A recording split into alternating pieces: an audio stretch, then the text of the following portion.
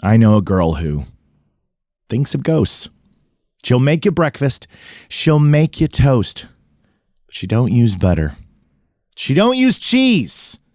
She don't use jelly. Or any of these. You're going to have to listen to the rest of the show to find out what she uses. It's insane. It's going to be a complete surprise to you. Welcome to Waterproof Records. Let's not waste any more time. Let's get into it. It's time to talk about the Flaming Lips, transmissions from the satellite heart. Let's go. Things are gonna change. I can feel it. If this gonna be that kind of party, I'm gonna... Waterproof Records. Waterproof Records. Waterproof Records with Jacob Gibbons. Yes, another solo, just you and I, Jacob and you, sitting down to talk about an album show. I love having these with you, so just sit back, relax, grab a cup of coffee, pour yourself a cocktail. I don't know what time of day it is. Light up, smoke them if you got them. Whatever you got going on, do it right now, and let's get into this album together. But before you do that, let's give a shout out to DistroKid, because DistroKid has been here with me for so long, since the beginning, helped support the show and sponsor the show. So I want to make sure you use and take advantage of my link with them, which is distrokid.com/VIP/waterproof. That kind of rolled off pretty sloppily up my tongue, but you get the drift. It's always in the bio. It gives you 30% off your first year of using DistroKid. So make sure you're using that, distrokid.com/VIP/waterproof. 30% off your first year of getting your music out in the world. So thank you, DistroKid, for being here. They have an app that you can use. It helps you see the money that you're making, how many streams you're getting, what your audience is, and really grow your audience and your music out there in the world. So make sure you get on that right away. The Flaming Lips. Yeah, the Flaming Lips, Oklahoma City's finest. This band, I have such a great connection with them. The dates way back, and I was excited to do this album because there's really two Flaming Lips. I mean, there's probably even more than that if you break it down, but there's two iterations of this band. Wayne Coyne has been in it since day one until this, today. If you look at the band that started in 1983 in Oklahoma City, more specifically, more around the Norman area. But this band has been going since 1983, and Wayne Coyne's been in it since the beginning. Other members have been with him a long time, and that would be one of the most key members of the Flaming Lips to their sound is Stephen Drozd. But there's been other people who've come and gone over the years, and, staples in the band. Michael Ivins has been there for many, many years, and he just departed in 2021, and he was an integral part of the band. But being from Oklahoma City, I had exposure to these guys at a pretty young age, and they've just been a big influence on my life. And what I mean by the two chapters is what we're going to get into here. This is the Flaming Lips, 1993, Transmissions from the Satellite Heart. This is the first album I buy from this band, and that's why I'm going to cover this one, because this version of the band doesn't really exist as it was a rock band, a guitar-driven band. They really, really changed at the end of the late 90s with the Soft Bulletin, and that metamorphosizes their sound into what will become Yoshimi, and the whole Flaming Lips vibe and sound and loops and samples and electronica and synth and all the different elements that they start incorporating in the band. During this time, in the 90s, from the 80s into the 90s, it's a guitar, alternative, psychedelic, art rock, noise rock band. That's what they are. And it's because of all of the elements that are coming together to make the Flaming Lips. Now, there are die-hard Flaming Lips fans out there. So if you're listening to this episode and you're one of those, and I don't get things correctly, I am a fan of the band, but there are people that I have met recently that have seen them 100 times, 50 times. I am not that well versed in my Flaming Lips. I have so many bands that I love and adore and follow and support that I can't give that much of my time and energy to one, if you know what I mean. I wouldn't be able to do this show if I was going to 100 Flaming Lips shows. But I have been to two, and they were separated by 30 years. Yes, in 1993, people always ask me, and I know you who listen to this show, who've listened to every episode of Waterproof Records, you know this story because it's come up multiple times because I've talked about Stone Temple Pilots, or I've talked about the Pumpkins and seeing those early shows and what was my first concert. But for anyone who's just now listening to the show, my first concert ever, it was the summer before my freshman year in high school, and it was 1993. It had to have been around August. And my brother and I and a friend, he was like, hey, there's this concert in Mohawk Park in Tulsa, and it's going to be Stone Temple Pilots, the Butthole Surfers, and the Flaming Lips. And for some reason, my parents let me and my brother go. They were notoriously strict, like not the kind of parents to let us go see a rock and roll show, let alone one that had a band on it named the Butthole Surfers. I have a feeling that either we omitted that from the details or they thought it was so dumb that it would be funny. I have no idea. But they let us go. And my brother and I were just kind of dumbfounded the whole time that we were going to get to go see this concert in Mohawk Park, which was outdoor. We went with another friend. We drove in the car, and we're just kind of, we can't believe this is happening. But a lot of my other friends were able to go as well. I remember bumping into friends that I had at the time that I was hanging out with, and they were also there to see this big concert in the park. But this was a historic moment for me. And I believe She Don't Use Jelly had already released the song that I was singing at the beginning. Spoiler alert, she uses Vaseline. Okay, so if you didn't know that, that's what she uses on her toast. That's what the lyric is. I know you were shocked at the beginning to find out what it was. If it's not butter, if it's not cheese, it's Vaseline. Probably doesn't taste good. That song had released, I think, in June or July that summer. And I think it was getting some attention because of Beavis and Butthead. That was really because of Beavis and Butthead, which was a great source for weird music. You know what I mean? Like you could watch 120 minutes or you could watch Headbangers Ball and you'd have to sift through an entire night, 2 hours of bands to find those gems, which would happen. And I felt cool sometimes when I would know an artist that was being lampooned or made fun of or rocked out to on Beavis and Butthead. I remember feeling really cool being like, yeah, I already knew about this band. But I actually don't recall if I first heard She Don't Use Jelly, listening to, watching 120 minutes, or if it was the episode of Beavis and Butthead. But that really helped skyrocket that song in getting it a lot of attention and making everybody find out about this Oklahoma City band known as the Flaming Lips. And that song was getting some airplay. So I get down to the concert, and I'm there to see Stone Temple Pilots. Because now remember, I've just finished my 8th grade year. Core has that's really where my head's at in terms of like rock. And I think Siamese Dream is going to be coming out, pretty much right around this time.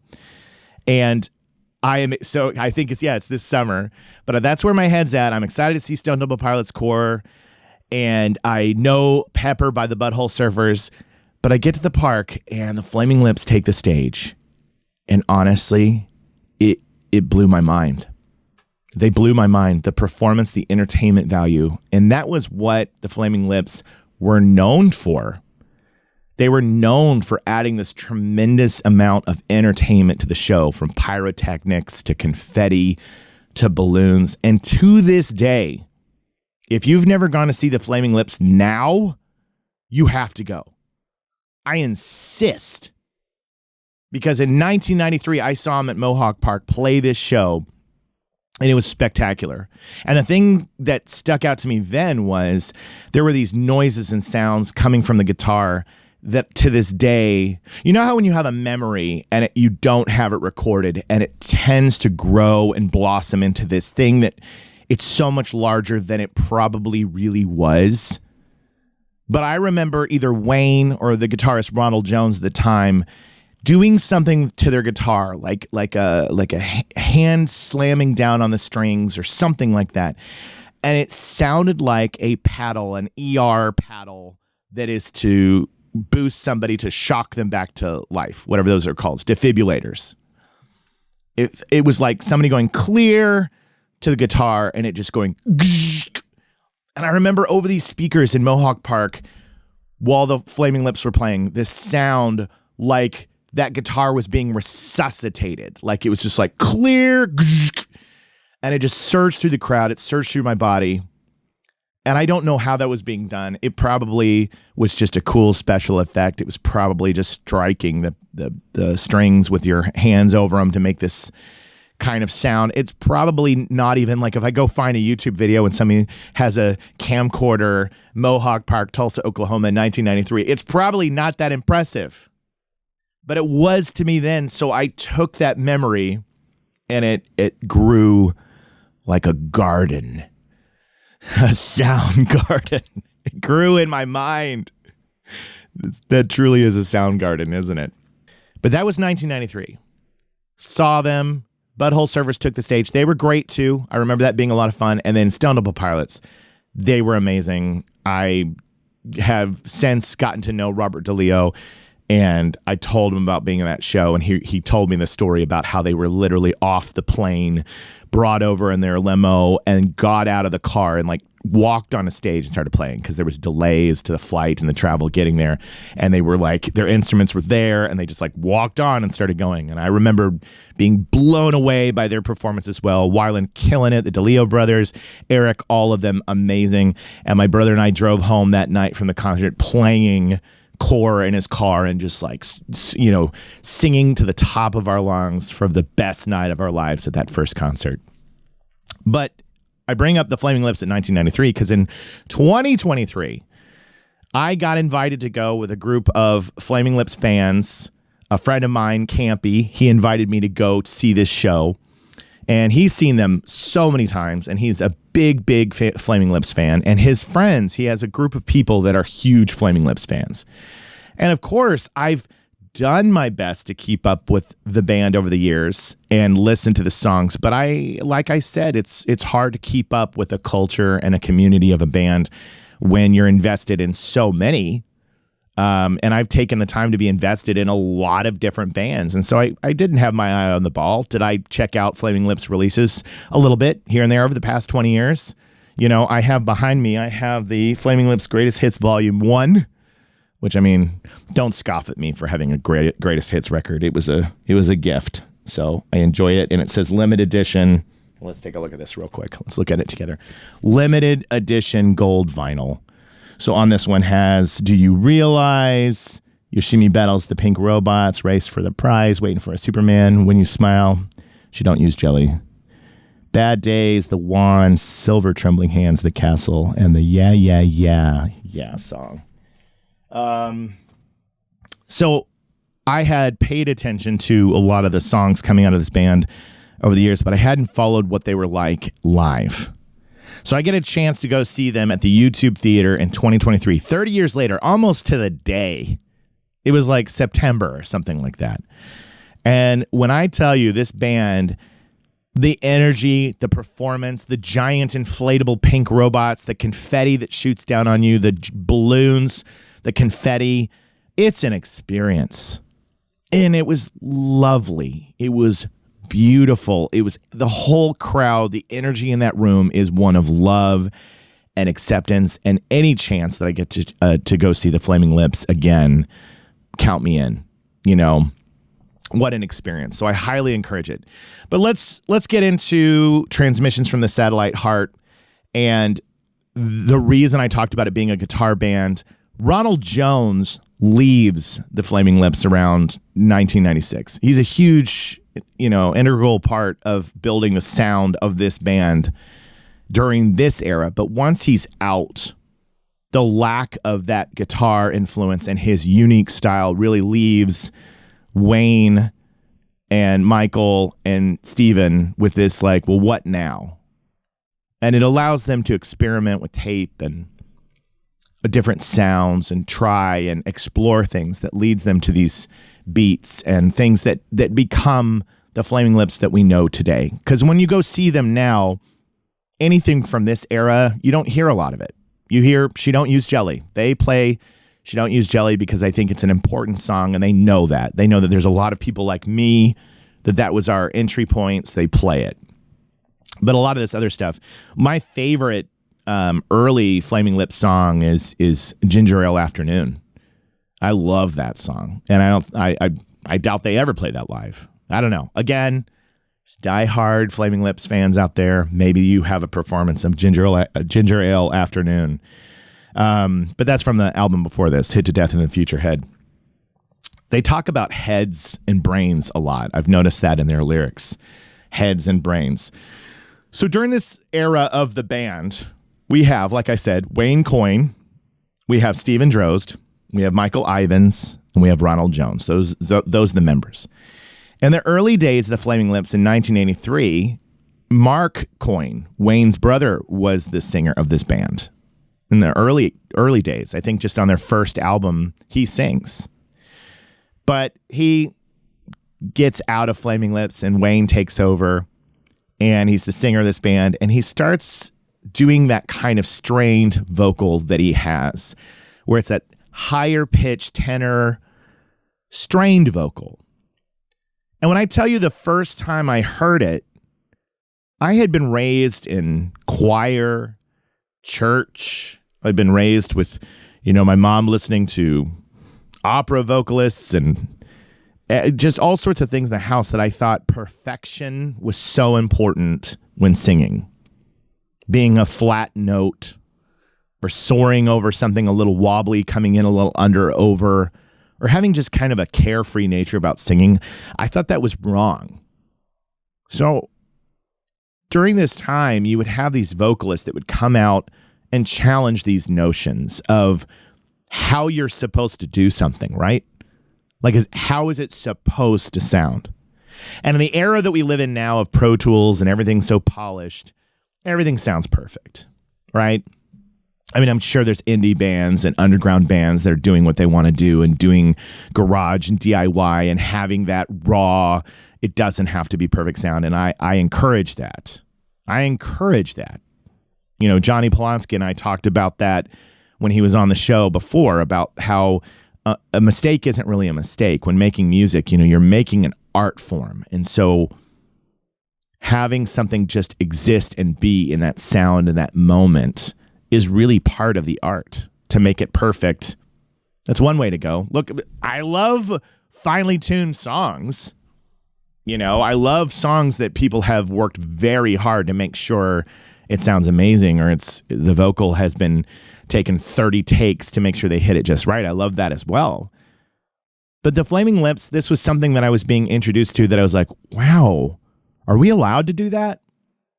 Are we allowed to put music out in the world so carefree and able to not necessarily hit the note perfectly? Kind of like a child singing at the top of their lungs. Wayne Coyne has this carefree, hippie-like, and I mean that as a compliment. Because there's an element of the Flaming Lips that's like psychedelic, hippie, punk, art, noise rock. Because during the time in the 1980s and the 90s, there was a lot of kind of frowned upon towards hippies. Because you had like punk, you had metal, and then you had the grunge scene. And people like Kurt Cobain were always so like anti-tie-dye, anti-hippie. And so that put this taste in your mouth, whether you were punk, metal, or grunge, alternative, that you were like, boo on hippies. I probably fell into that a little bit too, because part of the scenes back then is it was so important to be cool and to not be that thing over there. But I think the Flaming Lips allowed you to be whatever the fuck you wanted to be. You could just, I don't know, man. And that's the feeling you get from She Don't Use Jelly. I don't know. What do these lyrics mean? They're about idiosyncrasies of unusual people that don't make a lot of sense, but it's carefree. It's fun. There's this wailing, I think it's a pedal steel guitar. It's just got this sound. And Stephen Drozd, this album is when Stephen Drozd is joining the band. They bring him on as a drummer only, but they don't realize the gems, the gold that is in this man's brain and in his talents, the things that he can do as a multi-instrumentalist. And thinking outside of the box just like Wayne had. And then Ronald Jones thinks outside of the box as a guitarist in ways that these guys never had. So the sound that comes together from the three of these, and I'm not being dismissive of Michael Ivins. Michael Ivins also very influential on what creates the Flaming Lips sound. But as a bass player, when he joins the band in the early 1980s, he's their friend. They're tall, skinny. I think they called him a goth albino or something like that. Joins the band, and he actually doesn't even know how to play the bass when he joins in the early 80s. Like when he plays the gig, he just doesn't even know what he's doing. But of course, he learns, he gets better, he becomes a great musician, helps produce and do, dozens of different artists and songs, and really gets into music. But since he's there in the beginning with Wayne, he's kind of like part of the Wayne Coyne machine, right? The project coming together. But Ronald and Steven coming from the outside and coming in, that's where we get this sound that you hear on this album. This album released June 22nd, 1993. I'm pretty sure I got it from one of those CD orders, those BMG Columbia House 10 CDs for a penny. And I got it because I wanted She Don't Use Jelly. That's what I wanted. But I knew that the rest of this album might be interesting, and boy, was it ever. But you wouldn't know that at first listen, track one. Because track one comes at you. I actually think track one is the more clear alternative rock radio hit on this album, and I'm surprised that it didn't take hold. Maybe because so many things were coming out in 1993 that were like, guitar with distortion and just really straightforward. But Turn It On is actually my favorite song on this album. I love that song. It comes out perfectly. It's got that radio tuning frequency sound right out of the beginning. And then there's these acoustic guitars that are just mic'd and surrounding your ears perfectly. And then when the drums, and then it goes, bam, bam, bam. That sound, that sends me. And just the whole lyric of Turn It On. In my brain as an adolescent, I'm thinking to myself, turn on the radio, turn on the TV, crank it. But as you get older and you start to realize that it's like, turn on your mind, turn on your spirit. And you could look at it a drug meaning, because I know the drug culture of LSD and things like that. It was like getting turned on was like a thing. But this is turning on your heart, turning on your spirit. Like, get ready. Let's fire it up. Let's go. If Flaming Lips in this era, She Don't Use Jelly doesn't really click for you, I think Turn It On will. I feel like that's the most accessible kind of alternative pop rock song on this album. And then you get to track two, and you got the title. I mean, we Pilot Can at the Queer of God. There's a Flaming Lips title for you. Just what are we talking about here? But this one has this kind of sludgy, noisy, and I was no stranger to sludgy, noisy rock because Sonic Youth was in my life at the time. I was familiar with this idea of things could be noisy and loud and feedbacky and screechy. This was a thing back then. You had that a lot. But Wayne Coyne's voice over it was that unique touch. He wasn't singing kind of understated and mumbly. He wasn't just going like this with the noise. He was I got a thing for that kind of vocalist, I do, because if you think about Billy Corgan and the nasally voice that he has and how that really clicks for me, I like it when there's a vocalist who kind of has this trebly, high-pitched noise vocal that's over like really full, thick sound. It connects for me, I guess. But Pilot Can at the Queer of God. It's a fun little, ends with that, she's got helicopters. Oh, My Pregnant Head. This one has that tremolo guitar, kind of makes you feel like somebody wandering through the desert, like a troubadour, like a cowboy. But again, what really sticks out for me is these Steven Drozd drums. Steven Drozd has that full arena rock Led Zeppelin, like, let's get these drums mic'd so full that there's a bit of distortion on them, whether he's recording it, on analog, like tape to tape, or I don't know what he's doing, but just so full, so thick. These drums. I always loved that about the Flaming Lips sound. And that's something that is carried on through their entire career from here onward, is these drums that just, when they kick in, you're like, yes, let's go. And then after that, we get to She Don't Use Jelly, which I've talked about a ton. Got that boost from Beavis and Butthead, got into the cultural zeitgeist. People fell in love with it. You either loved it or hated it. I made a video about She Don't Use Jelly, but it was just me, kind of making fun of like a waiter standing at a table and taking the order from somebody as the lyric was coming. That was the video that I did for that. And so many people would write like, oh, I love this song. But then you get the comments like, I hated this song then, I hate it now. And it grates on people's nerves. Just doesn't click for them. They don't like it. But that song takes me back to my teenage years, that concert, to that time. It has this carefree run in a field of grass with your friends, and all of your friends have colored hair, and like thrift store clothes. And somebody picks up a sunflower. Somebody picks up, what are those things called that you blow, and all the little daffodil?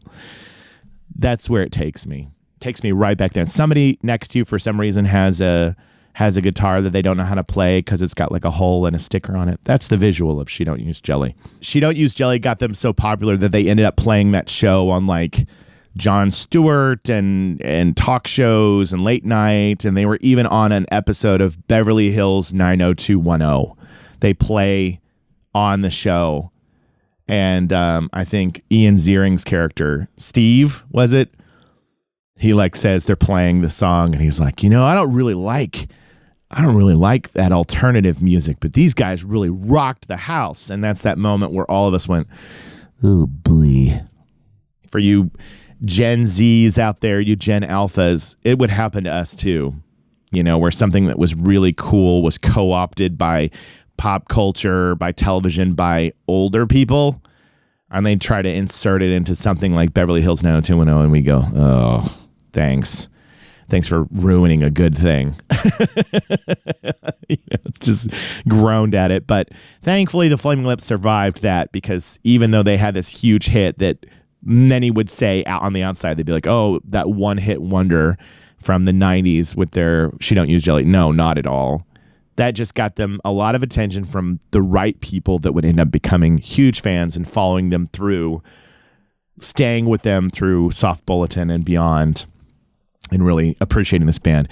Then after that, we get to Chewing the Apple of Your Eye. And this is just a nice little acoustic ditty. But what I like about it is they added in the vinyl scratch sound. I always loved that. I found a lot of charm to that. You can hear the vinyl scratch, you can hear some strings on it as it's kind of building. It's very sweet. And vinyl scratch, that sound for us then reminded me of like listening to my parents' records. So I loved that they added that touch in there. Here's this recording that sounds like you're listening to an old record. Yeah, I like that song. I think that would be a neat thing to see them perform live, that little ditty. Then you get to Superhumans, and this one has that, see the worlds collide, da da da da da da da da. This for me is where you get a sense that this album is kind of like a 90s alternative Beach Boys Pet Sounds. This song to me, Superhumans, feels very Beach Boys, but surrounded by, soaring, swirling guitars and Wayne's kind of wobbly tenor voice. But it feels like a Beach Boys song. There's like bells in there. So much production, so much sound. But I always loved Superhumans. And then Be My Head. Be My Head is kind of got this like it's like You Can Be My Head. It's this like children's song. It's got this childlike enthusiasm behind it. It's so great. So great. This is by the way, in preparation of this episode, I went and sat down and listened to this album start to finish about 2 or 3 times. And I hadn't done that in a long time. And I mentioned before on the show that that's one of the fun things about doing this podcast, is it forces you to just spend time with an album.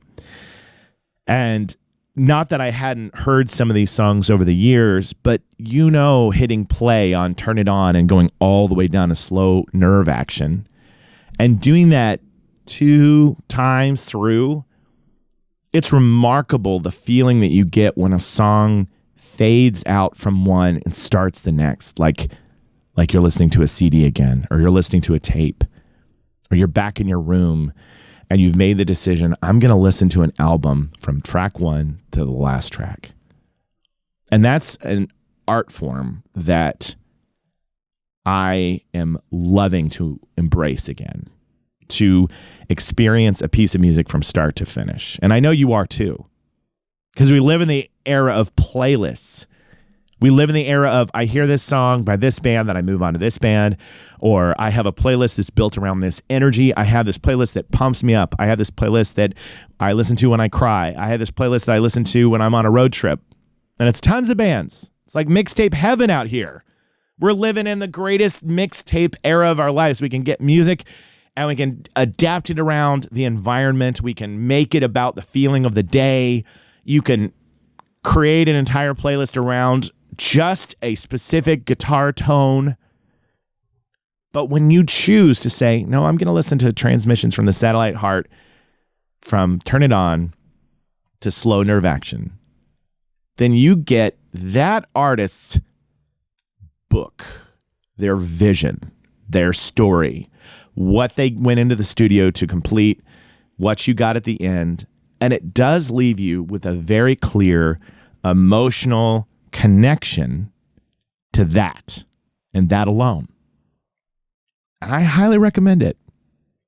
For those of us who grew up with it, it really does spark a lot of feelings, a lot of emotions, and a lot of memories. And for those of you who are younger and are discovering these artists for the first time, it really locks in your relationship with the artist at that time. It gives you an understanding of who they were and what they were trying to do. So try it. Do it. I promise you. If there's one piece of homework that I can give you in these episodes, it's listen to the album start to finish.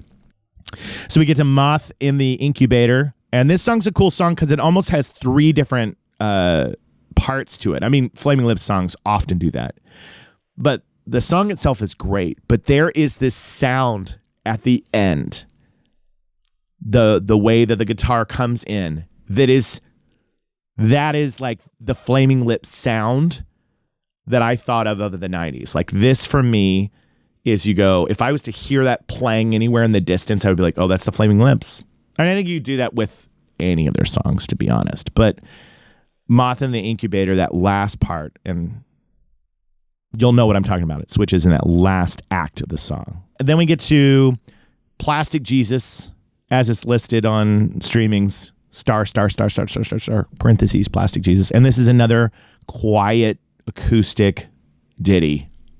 It makes you wonder, when they were in the studio with these kind of things and they were putting together records, it seemed like that happened often in a lot of 90s albums, is you'd have all these great rocking songs, and then every now and then you just have like a song where somebody was strumming an acoustic guitar and singing some little thing like they were screwing around in the studio. And I would imagine the majority of the time they were clowning around, or it was between takes and there's something that they catch and they go, yeah, let's put that on the album.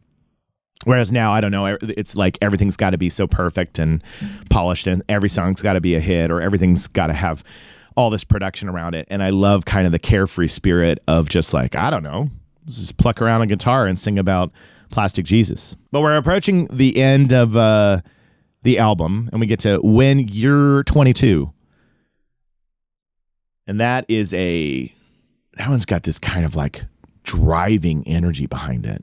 You know, the way that the guitar is feeding back in that certain tone, but it really gets moving and moving and moving. This song has like a bubbling energy behind it. Something that you could probably be like driving as the sun is setting and you're just like on your way. Pretty inspiring feeling song. I don't necessarily know if I know what he's talking about on When You're 22, but if you're 22, listen to that song and let it fill your heart with joy. And then we close out this album, this 11-song, 43-minute album from 1993 with Slow Nerve Action. And there's that Steven Drozd drum again. Super heavy. And then that guitar sound is just kind of droning distortion, but it sticks in your head. I can still hear slow nerve action to this day, the way that drums start out. The drums start out very much like a Led Zeppelin, John Bonham drum lick. I wonder if it was even just that's what they were going for. That is Transmissions for the Satellite Heart, and there's so much more interesting stuff about the Flaming Lips in general as a band. A fascinating study. There's been documentaries and books written about this band and what they've been through. And, you know, if I end up covering the soft bulletin later, we can get into some of the heaviness, the loss, the near-death experiences, the things that led them to where they are to this day. But this was a snapshot in the Flaming Lips of 1993 with Ronald Jones being a part, because that's that X factor right here. Because Steven Drozd is still with the band and would go on to the everything post 2000 that really defines the Flaming Lips as we know them today. And so Steven Drozd has brought that creative, clever instrumentation and out of the box thinking matched perfectly with Wayne Coyne. Those two together, lockstep, that is the Flaming Lips. And Michael Ivins, your legacy, sir, thank you for your time in the band. And none of the departures of these guys has been bad blood. I think they've all been okay. I think Ronald Jones, when he left in 96, I think he was frustrated with the creative direction and with Steven Drozd, his drug abuse at the time.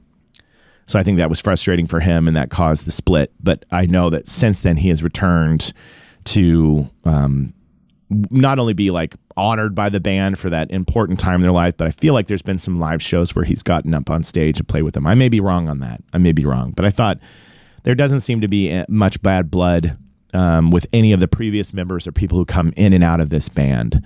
I do know that there was one record producer who has tried to say bad things about them, but I don't think there's been much water to what he's said. Not much weight to it. You know, just one of those things where like probably rubbed the wrong way and just decided he was going to say something bad. But the Flaming Lips have notoriously been such loving, kind, generous people and created a loving community of fans. And so again, I encourage you, if they pass through your town, go see them. It's a blast.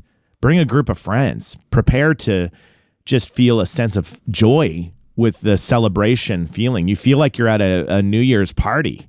You know what I mean? You feel like you're like the ball's about to drop. The balls are going to drop, and they're inflated, and they're filled with confetti. And sometimes Wayne Coyne is inside the ball, and sometimes people are inside the balls. You never know. It's insane in the best possible way. I'm trying to tell you, go see the Flaming Lips. It's awesome. It's awesome. I can't recommend that enough. I've been a little bit more on the, even though this is such a fun album, I've been a little bit more on the subdued side this episode because it's early. I'm actually recording this early. I usually record these like at night, but it's been so hot here in Southern California that I've needed to wait until the temperature was cool enough that I could record. So I'm just waking up and I'm just now recording and talking to you. So I'm like, that is Transmissions from the Satellite Heart, which I love that title too. That's another album title that probably just kind of goes over your head as a teenager. And then you think about it now and you go, Transmissions from the Satellite Heart. That gives you the sense of this esoteric, like there is a greater truth, a greater being out there that we're getting transmissions from, the satellite heart. Outside of ourselves, a greater being, the divine, who knows? Maybe I'm overthinking it. I don't know. Hippy dippy stuff, guys. Hippy dippy stuff. But Flaming Lips, Oklahoma City, what a fantastic band to listen to when you're looking for some levity, some joy. And maybe the noise and the psychedelic and the art rock aspects don't land, but there is a whimsy, there is a carefree nature to the way his voice sounds over their instrumentation. But I would say the music now is probably easier to get your head around. Back then, this was part of that 90s, let's see how we can push into the weird. Let's get weird. And I love weird. I love weird. And I felt weird back then. I felt weird because I didn't feel cool. I was always pretending to be cool. I was always pretending around my friends that were cool that I was like, yeah. But I just felt really, really, I don't know. I felt like I wanted to love everything. You know, I wanted to love it all. I wanted to love things that people thought was cheesy. And anyway, I'm getting into, it's early morning. I need more coffee. I need to get the day started. But that was, let's see, how long have we gone here? Yeah, that's a commendable episode. I think we can cut it there because I'm going to be putting in song clips for the podcast version. If you only watch the show on YouTube, I can't put the song clips in the YouTube, but I can put them in the podcast version. I can do the fair use, that 15 to 30 seconds for the song clips. So if you like hearing the show where I share parts of the song, then go listen to it on the podcast version, not the video version. Now, but if you like looking at my cute face while I do this show, then hey, watch me on YouTube. There's just you'll have to hit play. You'll have to have the album queued up and hit play when I'm talking about the song so you can kind of hear what I'm talking about there. But that's what I do now that I'm a part of Pantheon Podcasts. Did you guys know that?